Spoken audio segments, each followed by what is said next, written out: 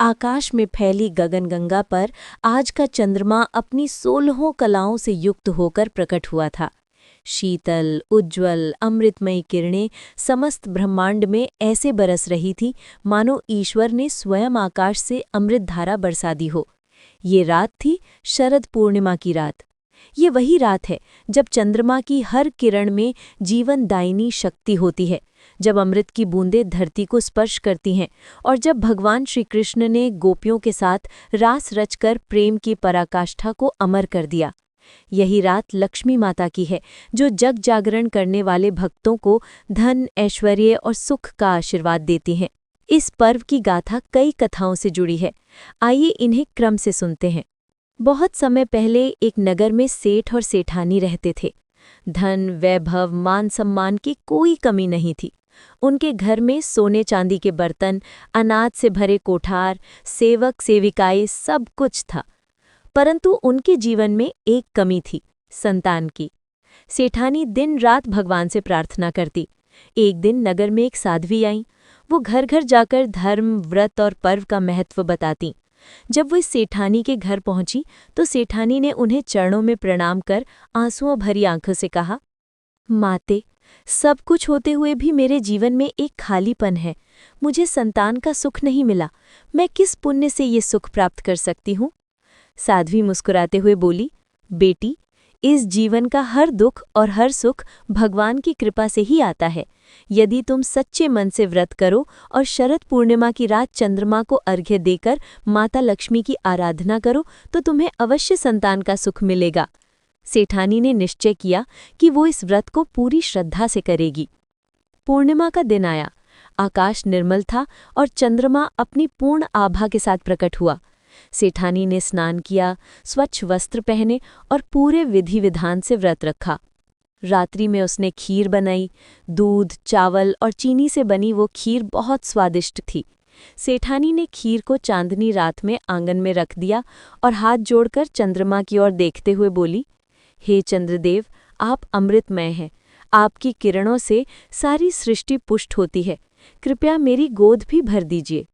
उसकी सच्ची पुकार सुनकर भगवान विष्णु और माता लक्ष्मी प्रसन्न हो गए। रात्रि में स्वप्न में लक्ष्मी माता प्रकट हुई। लक्ष्मी माता बोली, बेटी, तुम्हारी श्रद्धा ने हमें प्रसन्न किया है। तुम्हें शीघ्र ही एक कन्या रत्न की प्राप्ति होगी। वो सुशील, गुणवान और कुल की शोभा बढ़ाने वाली होगी। कुछ समय बाद सेठानी ने एक सुंदर कन्या को जन्म दिया। पूरा नगर आनंदित हो उठा। तब से कहा जाने लगा कि शरद पूर्णिमा का व्रत करने से संतान सुख और समृद्धि की प्राप्ति होती है। शरद पूर्णिमा की रात की सबसे प्रसिद्ध कथा वृंदावन से जुड़ी है। उस रात जब चंद्रमा की चांदनी चारों ओर अमृत बरसा रही थी, यमुना का जल चांदी की तरह चमक रहा था, तभी भगवान श्री कृष्ण ने अपनी बांसुरी उठाई।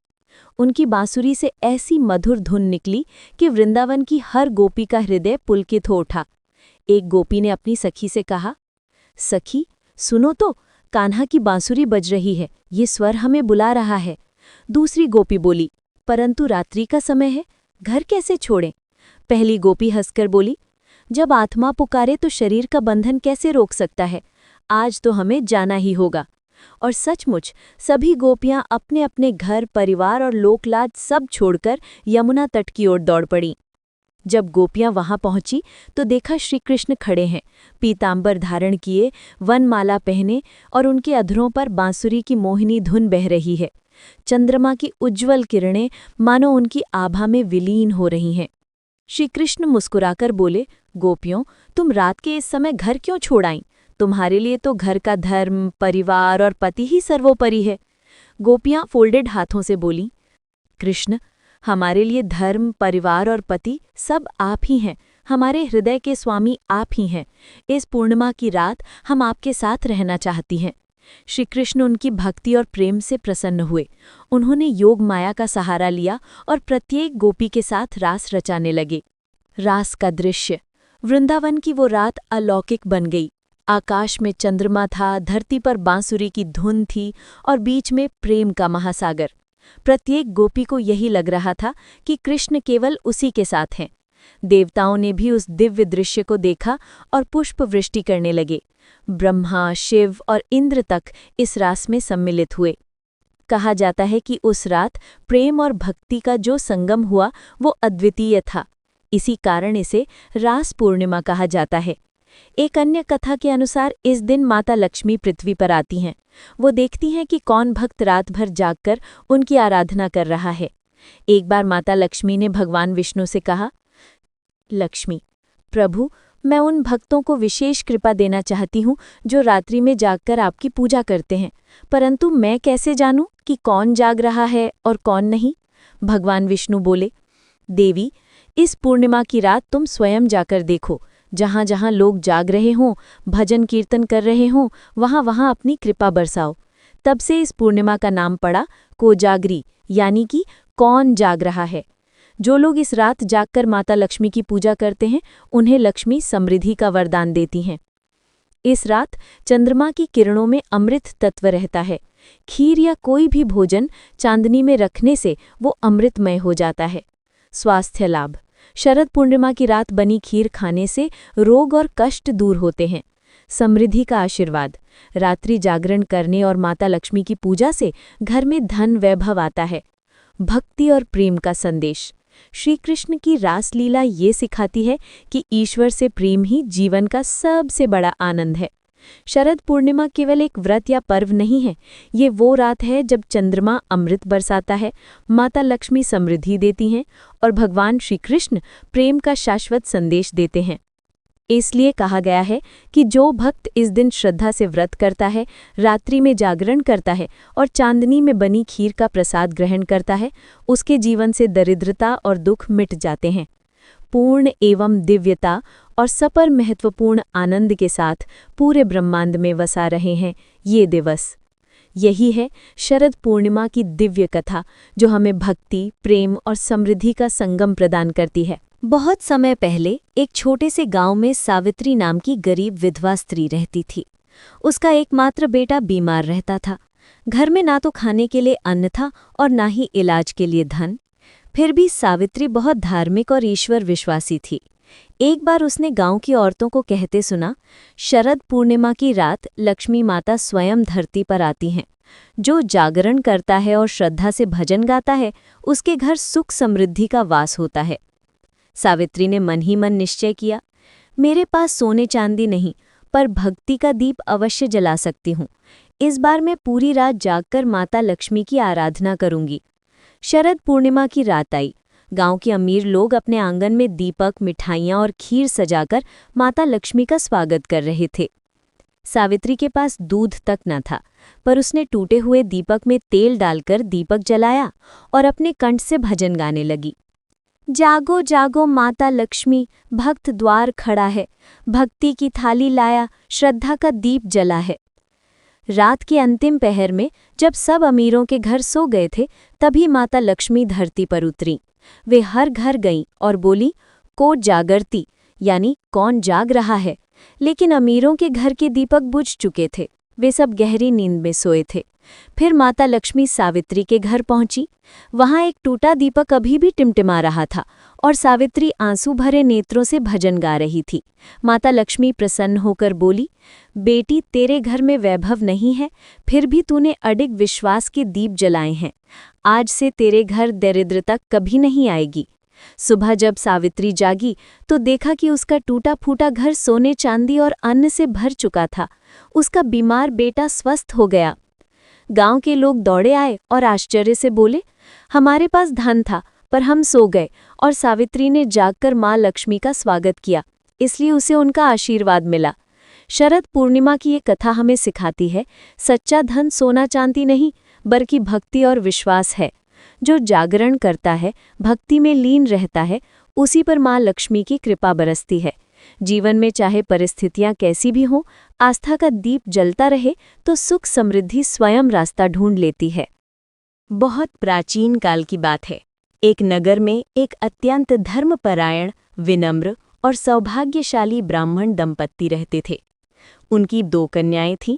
बड़ी पुत्री घमंडी और आलसी, जबकि छोटी पुत्री अत्यंत सरल, श्रद्धालु और ईश्वर भक्त थी। दोनों बहनों के स्वभाव में इतना अंतर था कि लोग बड़ी को अहंकारी और छोटी को भक्तिन कहकर पुकारते थे। एक बार शरद पूर्णिमा का पर्व आया। यह वो रात्रि थी जब चंद्रमा अपनी 16 कलाओं से पूर्ण होता है और अमृत वर्षा करता है। कहा जाता है कि इस दिन यदि कोई भक्त सच्चे मन से मां लक्ष्मी का व्रत करे तो उसके जीवन में धन, समृद्धि और सौभाग्य का आगमन होता है। दोनों बहनों की माता ने उन्हें व्रत करने को कहा। छोटी बहन ने श्रद्धा से उपवास रखा, मां लक्ष्मी की पूजा की और रात्रि में खीर बनाकर चांदनी में रखी, क्योंकि मान्यता है कि उस रात की चांदनी से अमृत बरसता है। पर बड़ी बहन ने इसे व्यर्थ समझा। उसने कहा, इन सब व्रतों से क्या होगा, भाग्य में जो लिखा है वही मिलेगा। और वह सो गई। रात्रि के अंतिम प्रहर में मां लक्ष्मी पृथ्वी पर उतरी। वे उस नगर में हर घर में गईं। जहां स्वच्छता, श्रद्धा और भक्ति थी, वहां उन्होंने अपने चरण रखे और आशीर्वाद दिया। जब वे दोनों बहनों के घर पहुंची तो बड़ी बहन का घर अंधकारमय, अस्वच्छ और बंद था। मां लक्ष्मी लौट गई। फिर जब वे छोटी बहन के घर पहुंची तो वहां दीपक की लौ जल रही थी, चांदी की थाली में खीर रखी थी और छोटी कन्या हाथ जोड़कर भजन गा रही थी।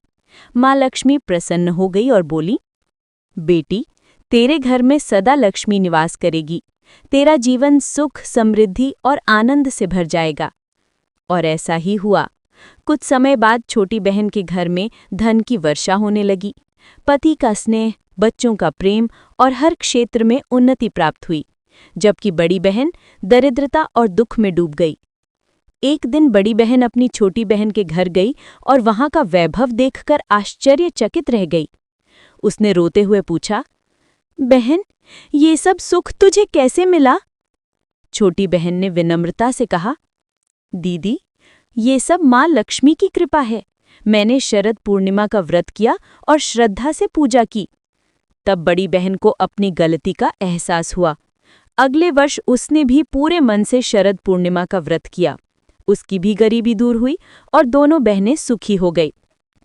कहते हैं कि शरद पूर्णिमा की रात्रि में चांद अपनी 16 कलाओं से पूर्ण होता है। इसी दिन भगवान श्री कृष्ण ने महारास रचाया था। इस रात्रि में चंद्रमा की किरणों से अमृत बरसता है, इसलिए लोग खीर बनाकर चांदनी में रखते हैं और सुबह उसका प्रसाद ग्रहण करते हैं। इस दिन उपवास रखकर लक्ष्मी नारायण की पूजा करने से व्यक्ति के घर में धन, शांति और सौभाग्य स्थायी रूप से बस जाते हैं। शरद पूर्णिमा हमें यह सिखाती है कि भक्ति, श्रद्धा और सच्चे मन से किया गया कार्य ही जीवन को उजाला देता है। अहंकार और आलस्य केवल अंधकार लाते हैं। बहुत प्राचीन काल की बात है। वाराणसी नगरी में सुदामा नामक एक निर्धन ब्राह्मण रहता था। वो अत्यंत धार्मिक परंतु अत्यंत गरीब था। उसकी पत्नी रोज भगवान से प्रार्थना करती कि हे देवी लक्ष्मी, हमारे घर में भी कृपा की वर्षा करो। एक वर्ष शरद पूर्णिमा का पर्व आया। नगर में हर घर में खीर बन रही थी। सब लोग चांदनी में खीर रखकर अमृत सेवन की तैयारी कर रहे थे। परंतु उस गरीब ब्राह्मण के घर में इतना भी धान्य नहीं था कि वे खीर बना सके। फिर भी उसकी पत्नी बोली, स्वामी, हमें भी खीर बनानी चाहिए, चाहे थोड़ी सी ही क्यों न हो। आज की रात चंद्रमा की अमृत वर्षा सबके घर पहुंचती है। ब्राह्मण ने किसी से थोड़ा सा दूध उधार लिया और चावल जुटाकर खीर बनाई। जब खीर तैयार हुई तो दोनों ने प्रेम पूर्वक भगवान विष्णु और लक्ष्मी माता का ध्यान किया और वो खीर चांदनी में रख दी। आधी रात के बाद जब उन्होंने देखा तो खीर से दिव्य प्रकाश निकल रहा था, मानो उसमें स्वयं अमृत उतर आया हो। वो खीर खाते ही उनका तन मन दिव्य ऊर्जा से भर गया। अगली सुबह जब वे उठे तो देखा उनका झोंपड़ा अब सोने के महल में बदल चुका था। नगरवासी आश्चर्यचकित थे। सुदामा दंपति ने बताया कि उन्होंने केवल श्रद्धा से चंद्रमा की अमृत वर्षा में खीर रखी थी। तब लोगों को ज्ञात हुआ कि शरद पूर्णिमा की रात्रि में श्रद्धा से रखी गई खीर में देवी लक्ष्मी का आशीर्वाद बसता है। तभी से इस दिन चांदनी में खीर रखने की परंपरा प्रारंभ हुई। द्वापर युग में जब भगवान श्री कृष्ण वृंदावन में थे, तब शरद पूर्णिमा की रात का अद्भुत चमत्कार हुआ। उस रात चंद्रमा की शीतल किरणें धरती पर अमृत बरसा रही थीं, नदियां शांत थीं और हवा में फूलों की सुगंध बसी थी। गोपियां अपने घरों से निकलकर श्री कृष्ण के पास पहुंच गई। उस दिन भगवान ने अपनी बांसुरी बजाई और वृंदावन में रास लीला का शुभारंभ हुआ। कहते हैं उस रात्रि को काल स्थिर हो गया, चंद्रमा रुक गया, समय थम गया क्योंकि स्वयं भगवान श्री कृष्ण ने उस क्षण में अनंत प्रेम का चमत्कार रचा। प्रत्येक गोपी को लगा कि श्री कृष्ण केवल उसके साथ नृत्य कर रहे हैं। वास्तव में श्री कृष्ण ने अपनी 16 कलाओं से अनंत रूप धारण कर लिया था। वो संपूर्णता की रात्रि थी। चंद्र की 16 कलाएं और कृष्ण की 16 कलाएं एक हो गई। इस रात्रि का संदेश ये है कि जब मनुष्य अपने अहंकार को त्याग देता है और केवल प्रेम व भक्ति में डूब जाता है, तब ईश्वर स्वयं उसके साथ नृत्य करते हैं। एक और प्राचीन कथा के अनुसार चंद्रदेव को एक बार अपने रूप और सौंदर्य पर अभिमान हो गया। उन्होंने अपने तेज से अन्य देवताओं को तुच्छ समझा। तब भगवान विष्णु ने उन्हें शाप दिया कि हे चंद्र, तुम्हारा तेज क्षीण होता जाएगा। चंद्रदेव ने प्रायश्चित के लिए गंगा के तट पर कठोर तप किया। हजारों वर्ष बाद कार्तिक माह की पूर्णिमा की रात्रि को विष्णु भगवान प्रकट हुए और बोले कि हे चंद्र, आज से तुम्हारा क्षय और वृद्धि चक्र प्रारंभ होगा, परंतु इस रात्रि को तुम अपनी 16 कलाओं से पूर्ण रहोगे और तुम्हारे अमृत से धरती के प्राणी लाभान्वित होंगे। तभी से ये दिन शरद पूर्णिमा कहलाया। कहा जाता है कि उस रात चंद्र की किरणों में अमृत तत्व होता है, जो तन और मन दोनों को रोग मुक्त करता है। एक बार एक गरीब किसान था। उसकी फसल बार बार नष्ट हो जाती थी। निराश होकर उसने कहा कि भगवान भी शायद अब हमारी सुनते नहीं। उसकी वृद्ध माँ बोली, बेटा, आज शरद पूर्णिमा की रात है, तू थोड़ी खीर बना, चांदनी में रख और भगवान से प्रार्थना कर। किसान ने वैसा ही किया। आधी रात जब वो उठा तो देखा खीर पर हल्का सा चांदी जैसा आवरण चढ़ा है। उसने थोड़ा सा प्रसाद खाया। अगले दिन से उसकी फसल में हरियाली आने लगी। एक ही सप्ताह में खेतों में सुनहरी बालियां लहराने लगी। उसने समझ लिया कि ये चंद्रदेव की अमृत किरणों का चमत्कार है। तब से उसने हर शरद पूर्णिमा को खीर चांदनी में रखकर गांव के लोगों में बांटना शुरू कर दिया। धीरे धीरे पूरा गांव समृद्ध हो गया। भगवान श्री कृष्ण विष्णु के ही अवतार थे। इस दिन चंद्रमा में 16 कलाएं और भगवान श्री कृष्ण में 16 कलाएं होती हैं, इसलिए इसे पूर्ण कलाओं की रात कहा जाता है। चंद्रदेव की किरणों में अमृत तत्व होता है, जो तन मन की शुद्धि करता है। शरद पूर्णिमा की रात मौसम परिवर्तन का समय होता है। चांदनी में ओस की बूंदें औषधीय गुण लिए होती हैं, इसलिए उस रात खुली चांदनी में रखी खीर का सेवन शरीर के लिए भी लाभदायक होता है। ये प्राकृतिक अमृत जैसा है। शरद पूर्णिमा केवल एक पर्व नहीं, बल्कि आस्था, प्रेम और चमत्कार का संगम है। ये हमें सिखाती है कि भक्ति से किया गया छोटा सा कार्य भी यदि सच्चे मन से किया जाए तो चमत्कार कर सकता है।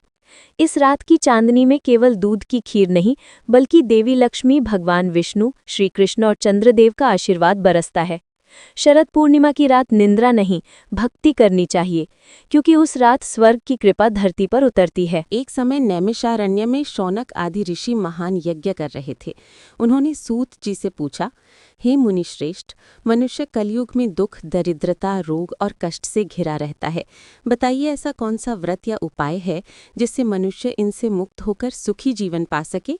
सूत जी बोले, हे ऋषिगण, आपने बहुत उत्तम प्रश्न किया है। मैं आपको भगवान विष्णु के सत्यनारायण व्रत का महात्म्य सुनाता हूँ। ये व्रत भगवान सत्यनारायण के पूजन से संपन्न होता है। जो व्यक्ति इसे करता है उसके सारे पाप नष्ट होते हैं। उसे धन, सुख, संतान और मोक्ष सबकी प्राप्ति होती है। सूत जी ने बताया कि ये व्रत सबसे पहले नारद जी को भगवान विष्णु ने स्वयं बताया था। द्वितीय अध्याय, गरीब ब्राह्मण की कथा। एक समय नारद मुनि पृथ्वी लोक में भ्रमण कर रहे थे। उन्होंने देखा कि लोग दुखी हैं, दरिद्रता से पीड़ित हैं। वे बैकुंठ लोक पहुंचे और भगवान विष्णु से बोले, हे प्रभु, लोग कलयुग में दुखों से पीड़ित हैं, उन्हें सुख पाने का उपाय बताइए।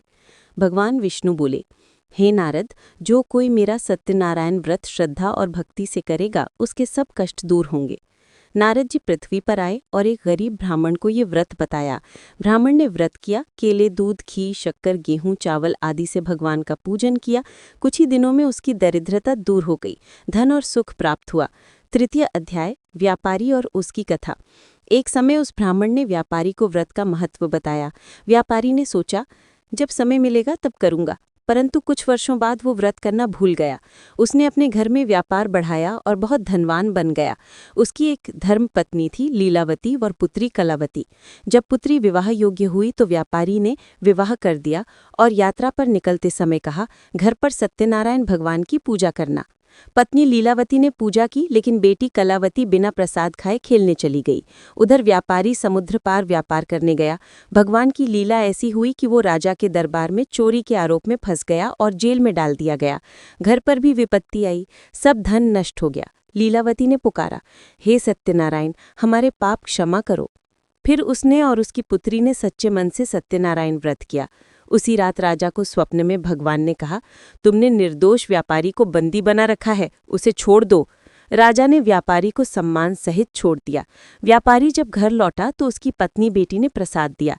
व्यापारी ने प्रसाद न खाकर गर्भ में कहा, पहले स्नान करूंगा फिर खाऊंगा। जैसे ही उसने प्रसाद डाला, उसका सारा जहाज डूब गया। वो व्याकुल होकर बोला, हे प्रभु, मेरी गलती क्षमा करो। फिर उसने नम्रता से पूजा की और प्रसाद खाया। कुछ ही क्षणों में समुद्र से उसका सारा जहाज और धन तैरता हुआ वापस आ गया। चतुर्थ अध्याय, राजा तुंगध्वज की कथा। एक समय राजा तुंगध्वज जंगल में शिकार खेलने गए। वहां उन्होंने देखा कि कुछ ग्वाले सत्यनारायण भगवान की पूजा कर रहे हैं।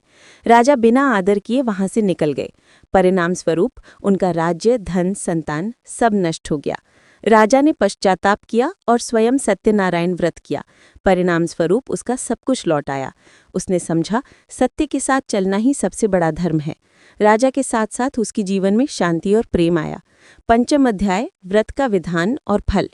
जो भी मनुष्य इस व्रत को सच्चे मन से करता है, उसे रोग, दुख, दरिद्रता से मुक्ति मिलती है।